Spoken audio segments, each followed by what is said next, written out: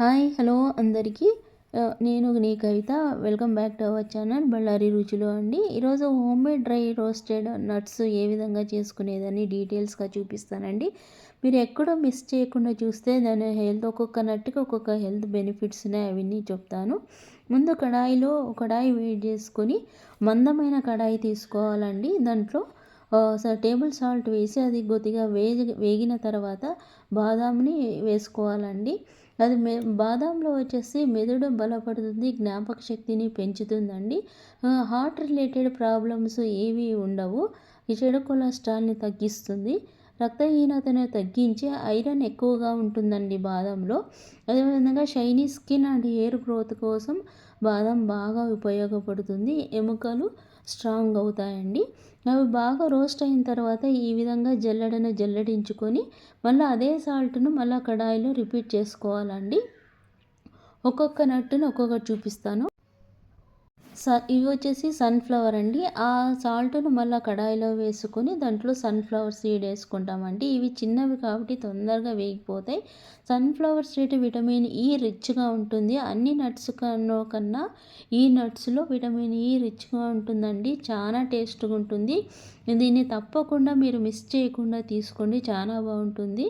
దాన్ని మళ్ళీ ఫిల్టర్ చేసుకున్న తర్వాత మళ్ళీ అదే కడాయిలో ఇంకొక నట్టుని వేయించుకోవాలి.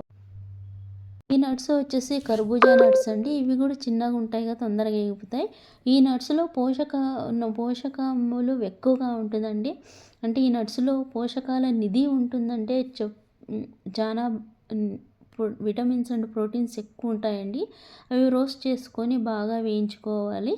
తర్వాత ఇవి వచ్చేసి ఫ్లక్స్ సీడ్స్ అండి. ఫ్లక్స్ సీడ్స్లో ఒమేగా 3 బాగా ఉంటుంది, ఫ్యాట్ రిచ్గా ఉంటుందండి.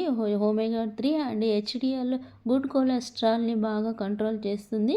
మెమొరీ కూడా బాగా పెరుగుతుందండి. యాక్టివ్గా ఉండడానికి ఒమేగా 3 చాలా ఇంపార్టెంట్ అండి. దీన్ని ఇంకొక విధంగా కూడా చేసుకోవచ్చు, అది నేను ఇంకొకసారి చూపిస్తాను.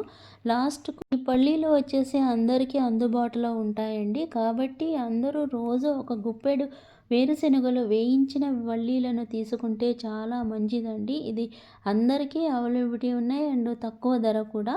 రోజు తిన్న కొద్దీ మంచిగా అంటే బాగా వేయించుకొని తీసుకోవాలండి.